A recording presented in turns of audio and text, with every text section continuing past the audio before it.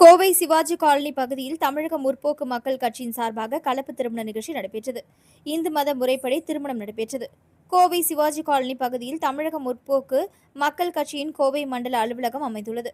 இக்கட்சியின் மாநில துணைத் தலைவராக வழக்கறிஞர் புஷ்பானந்தம் இருந்து வருகிறார். இவரது தலைமையில் இன்று கலப்பு திருமணம் நடைபெற்றது. விழுப்புரம் மாவட்டத்தைச் சேர்ந்த பிரசாந்த் 26 வயதான இவர் கோவை மாவட்டத்தைச் சேர்ந்த சிபியா சாரல் என்ற 23 வயது பெண்ணை திருமணம் செய்து கொண்டார். இருவரும் கடந்த 1.5 ஆண்டுகளாக காதலித்து வந்தனர். இருவரும் வேறு வேறு சமூகத்தை சேர்ந்தவர்கள். இருப்பினும் இருவரது வீட்டினர் சம்மதத்துடன் இந்து மத முறைப்படி மாலையும் மாற்றி தாலியும் கட்டி திருமணம் செய்து கொண்டனர். தமிழக முற்போக்கு மக்கள் கட்சியின் சார்பாக இருவருக்கும் திருமணம் நடைபெற்றது. இருவரது வீட்டு உறுப்பினர்கள் பலர் முன்னிலையில் திருமணம் நடந்து முடிந்ததும் அனைவருக்கும் இனிப்புகள் வழங்கப்பட்டது.